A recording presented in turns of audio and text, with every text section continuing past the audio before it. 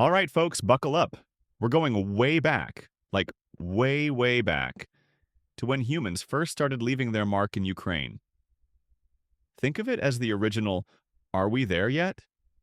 But with stone tools and mammoth bones. Ukraine's archaeological record is basically a prehistoric blockbuster starting around 1.4 million years ago. That's older than most of your grandparents' Facebook posts in western Ukraine. They found stone tools that date back to the early Homo erectus, basically the first real Europeans, making sharp objects and probably arguing over who gets to use the fire first. Fast forward a bit, and we find Neanderthal evidence at the Moldova sites in southwestern Ukraine, dating roughly 45,000 years ago. These guys knew how to burn fire, process mammoth bones, and even build primitive shelters.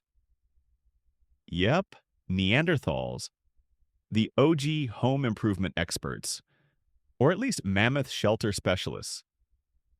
And get this, and they even built houses from mammoth bones. Honestly, talk about using what you've got. It's like IKEA furniture made by ancient cavemen. Chunky, functional, and totally mammoth approved. Moving into the Upper Paleolithic era, the Crimean Mountains were like the artsy hipster of the Stone Age. The Burankaya caves are packed with tools and ornaments, dating to around 32,000 BC. Think of it as the first cave arts and crafts show, but with more flint and less Pinterest. These early humans weren't just about survival, they had style. Artistic expression, blade technology, and probably some pretty cool jewelry. Probably the ancestors of those fashionably ancient folks fast forward 10,000 years, and Ukraine is now a hotspot for Neolithic civilization. Enter the Kukuteni Tripilia culture, a real ancient Ukraine meets architectural geniuses moment. These folks built giant settlements with concentric circles and house layouts so advanced, they might have even had their own urban planning meetings. Could you imagine that today? Sorry, no parking. We're busy with our giant clay pottery and their ceramics. Mind-blowing. Intricate painted designs, geometric patterns, basically the Mona Lisa of pottery. They even mined symbolism and fertility cults, because what's more important than a good old fertility ritual? Meanwhile, on the steppe, the Shredny Stog culture emerged, basically the horse-crazy gang of the Copper Age. These early horse domesticators are the predecessors of the big Bronze Age cultures like Yamna, who basically took nomad to the next level with their mobile lifestyles, big graves and grave goods like weapons and jewelry. Think of them as the original cavalier kings of Ukraine.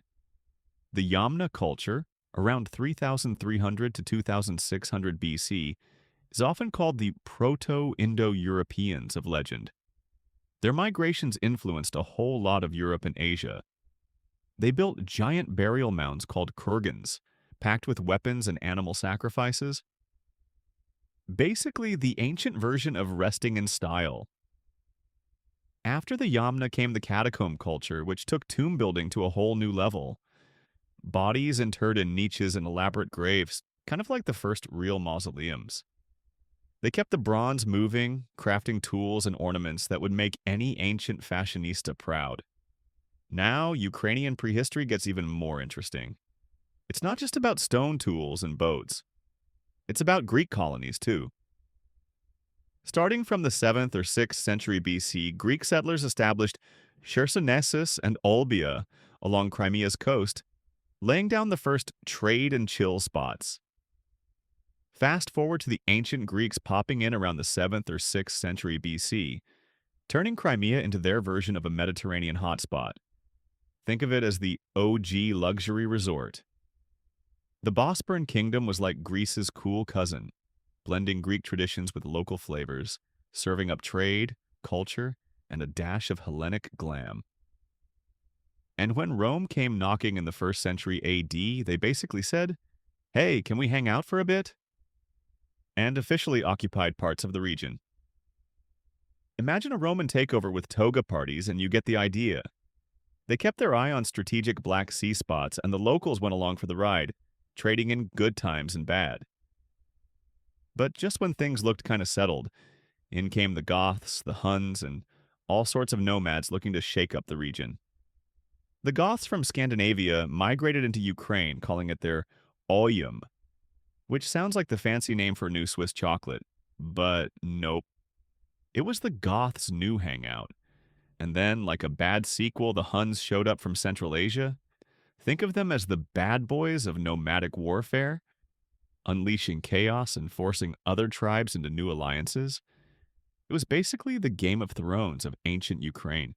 So, from stone tools to Greek colonies, from mighty Goths to Hun invasions, Ukraine's prehistoric history is packed with adventure, innovation, and resilience. It's like the original version of Game of Thrones, but with way more mammoth bones and less dragons. Thanks for traveling back in time with me. If you love this prehistoric roller coaster, smash that like button, subscribe for more, and drop your favorite ancient Ukrainians in the comments below. Until next time, stay curious, stay adventurous, and keep exploring history's wildest stories.